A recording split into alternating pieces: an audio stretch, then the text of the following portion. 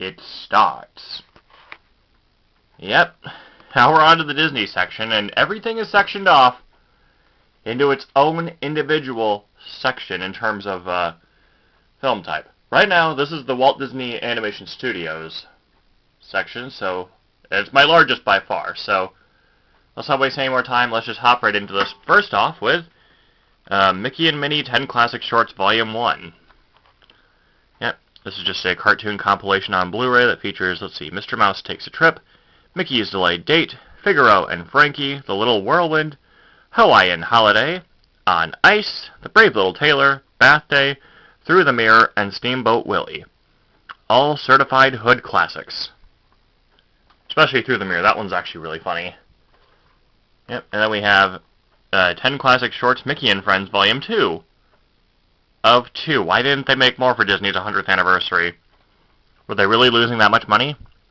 The shorts here include Mr. Duck Steps Out, Winter Storage, Pluto's Party, Pluto and the Gopher, Mickey's Trailer, Pluto's Sweater, Boat Builders,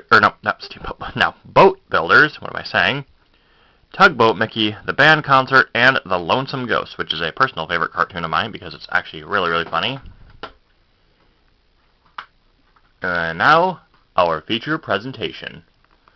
Snow White and the Seven Dwarves. We all know this movie's good. Yep.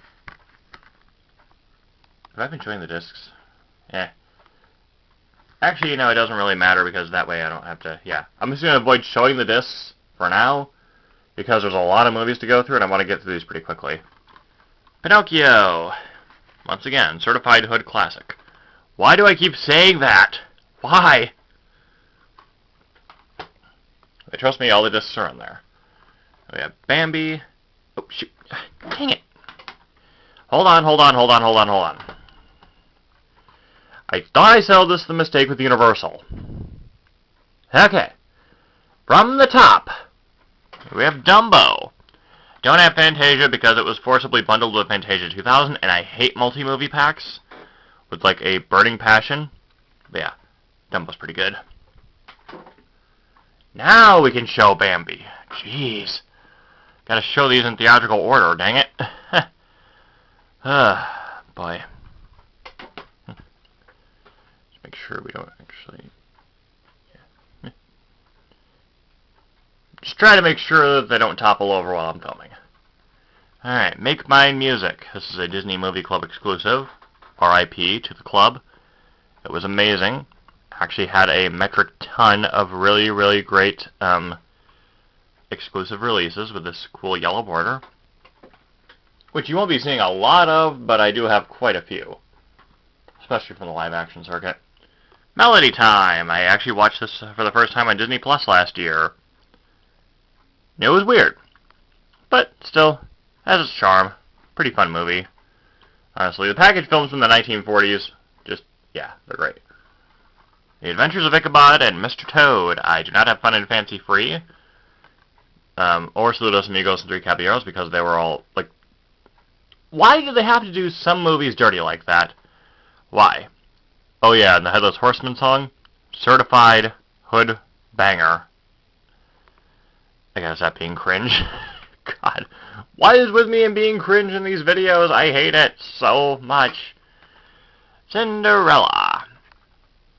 Classic, truly a classic, part of the prestigious National Film Registry, as she should be. Yes, 100%. And then, Alice in Wonderland. What more can I say? This movie is absolutely trippy and so good. And then, Peter Pan for 1,000. Okay, yeah, Peter Pan. Definitely one of the most timeless films out there, and it's pretty funny. Yeah. I mean, lots of good humor, lots of good heart, and the songs, perfect. Truly perfect. It's peak. And we have Lady and the Tramp. Yeah. It's a great movie. I actually saw this in full for the first time, I think, 2022? I don't know. This is definitely a fantastic movie. For sure. Sleeping Beauty. Not one of the greatest Disney films out there, but still an enjoyable watch. And hey, it's where Maleficent came from. Maleficent is awesome. She is like the definitive Disney villain, when all the villains need representation in promotional material. Anyways, 101 Dalmatians. This is a great, great movie, and also features Cruella de Vil, another iconic Disney villain. Man, how crazy is that?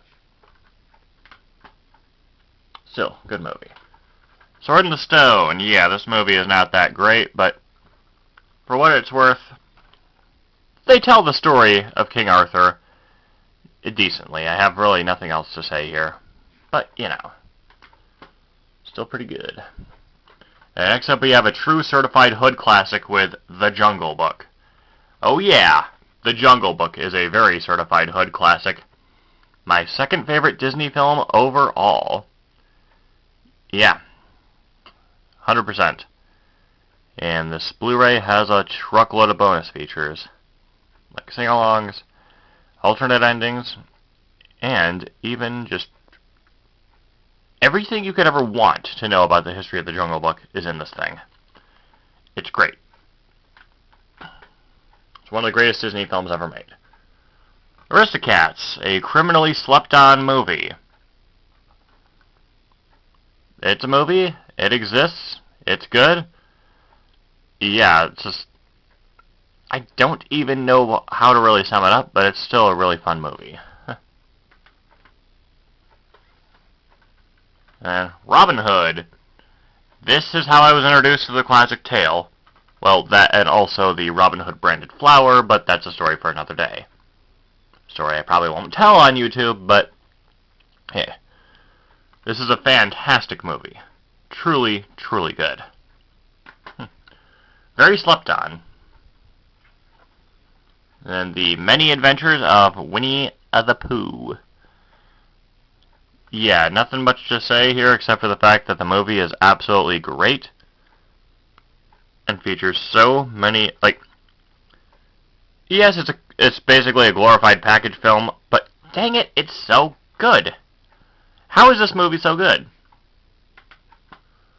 Like, it's just one of the most innocent and most wholesome things you could ever watch, and, or maybe I'm just biased because I love Winnie the Pooh. Anyways, Black Cauldron. Yeah, I mean, we all know this movie got horribly curb-stomped by the Care Bears at the box office, but I guess nobody cared about the Black Cauldron. Huh? Huh? Okay, but seriously, this movie is actually kind of underrated. Truly misunderstood box office potential, but hey, pre-production kind of sort of fell apart in the 70s, so there you go. The Great Mouse Detective. This is another underrated film in the same vein as Robin Hood. Plenty of action, plenty of fun, and just so good. Like, how is this, like, how are people not talking about this movie more? It's great. Seriously, it was directed by the same guys who went on to direct The Princess and the Frog, The Little Mermaid, Aladdin, and Moana. So it's like, you know it's quality when Ron Clemens and John Musker are right there. Anyways, moving right along, Oliver and Company. Yeah, a truly, truly classic film from the 80s. Sure, it may have gotten stomped horribly by The Land Before Time, but it's still a very enjoyable film. No doubt about it. Alright, then we have The Little Mermaid. A movie that shouldn't be as good as it is, but is insanely good. Like, holy crap, this movie is honestly one of the greatest Disney films ever made. Literally sitting up there with some movies that are actually coming up.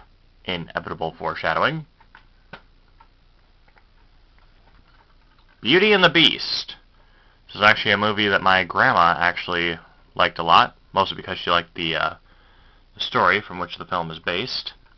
And yeah, it's a good movie. Good retelling of the of the classic tale. And then Aladdin. Oh yeah, Aladdin. This is probably my third favorite Disney film. It's second favorite's a jungle look, what am I saying? But yeah, it's funny, it's got a lot of great humor and heart, and it's just so good. And the songs. Yeah. We all know the Disney Renaissance is the best era for Disney songs, but man, Aladdin just delivers on every single front imaginable with that. And The Lion King. This is my favorite Disney movie of all time. Or so I think, because I feel like I'm contractually obligated to say that, because as a 90s kid, I don't want to get shot. Okay, now saying that on camera felt weird. Well, this movie is still a USDA certified hood classic that is so dang good.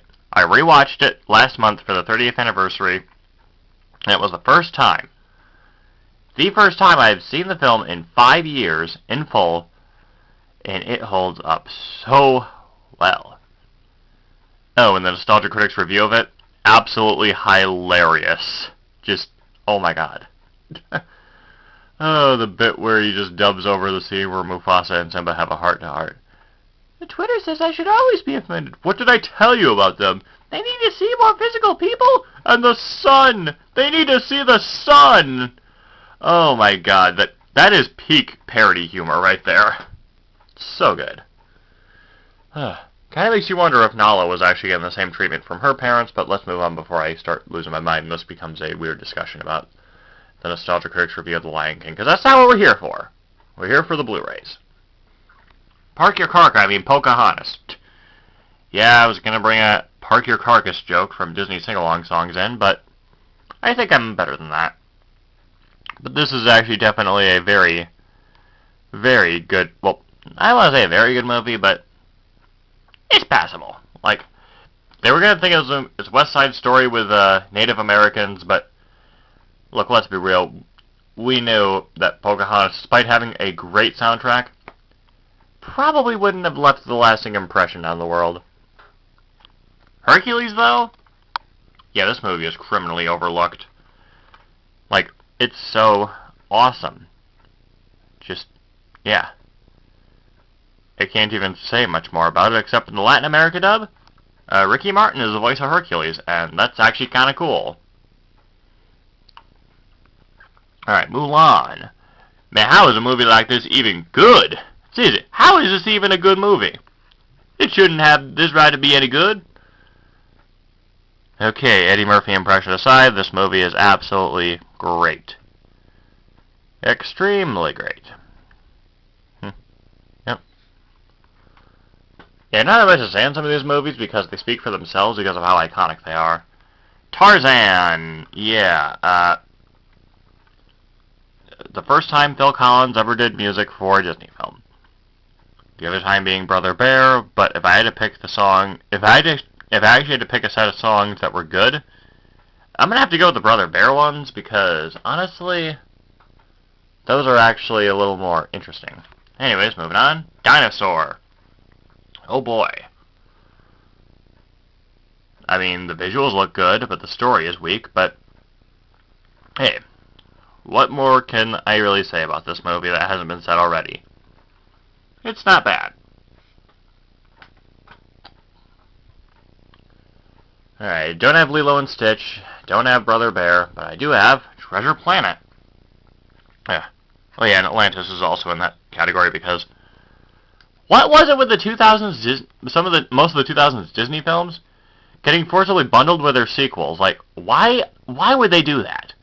Do they just want to anger fans of those movies who would be forced to buy the garbage sequel? Oh, whatever. Treasure Planet's pretty good. Combination of Treasure Island and sci-fi. Something you never thought you knew you needed, but still pretty fun nonetheless. Huh. Alright, Home on the Range. Ho ho, you ready for a hot take? This movie is actually really, really funny. I don't care what any of you purists say, this movie did not kill hand-drawn animation. I'd argue that was Harry Potter and the Deathly Hallows Part 2 opening up against a film that's coming up pretty dang soon. But this movie is way overhated. Y'all just need to take a massive chill pill and just shut up. Just shut up about it. Come on. And Chicken Little, another film people need to shut up about because it's actually a certified hood classic. I don't care. It may be me being a nostalgia blind bat because I saw this movie in the theaters, but it's so good. And, like Home on the Range, has a lot of pretty funny moments.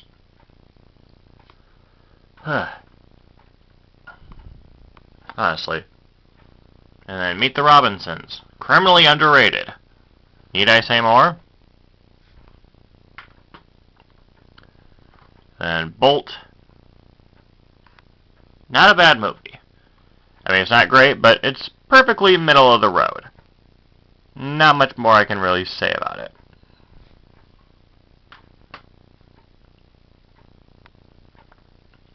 And then The Princess and the Frog. A certified hood classic featuring Keith David as the voice of Dr. Facilier. We all know how good it is. I don't even have to say anything else. Tangled. Yeah, the movie speaks for itself. It's that good. Winnie the Pooh 2011. Yeah, this is probably what killed hand-drawn animation at Disney when it opened against Harry Potter and the Deathly Hallows Part 2. Disney, what the heck were you thinking? What were you thinking? Answer, they weren't. Alright, now we have Ralph. Wreck-It Ralph. Yep. This is a fantastic movie. Honestly, one of the best Disney film of the 2010s. Fight me. Yeah, I said it. You Frozen fans can just suck it. Didn't mean to get that incredibly intense here, but this movie is so good, so beloved, and just so imaginatively fun. And while Frozen is definitely a classic now, I absolutely hate the fact that Let It Go basically transcended the movie and became an annoying classic. It stole Hakuna Matata's thunder, which ain't fun. Still, the movie has its good moments. Big Hero 6, this movie is great. Don't believe what Super Mario Logan says because SML is full of crap now because his content is nothing but borderline brain rot. Ever since Jeffy came into the photo. Yep. And yeah, Big Hero 6, really fun movie. Yeah. And oh, come on. Zootopia. Once again, a really fun movie. Probably the second best of the 2010s, in my opinion. Yes, really. Not much more to say. Moana, yes, the last film to be directed by John Clemens and Ron Musker. Yep. Definitely a worthy film. 200% fold. Yep. Oh no, oh no, oh no. Just don't want this to topple on me while filming. Ralph Breaks the Internet. Ho ho, you ready for a really hot take here? This movie is actually peak fiction. Yes, I know. I know. People are probably going to roast me for this, but I like this just as much as the original Wreck-It Ralph. I know. Hot take. But it's got a lot of funny jokes that I really like. And more humor outside of the obligatory princess bit. Although that scene is still pretty funny. Yeah, like. Anyways, Frozen 2. Not much to say. It's just a movie, and it exists. Not quite as good as the first one. Alright, Raya and the Last Dragon. Not bad. Not bad at all. I really have nothing else to say here.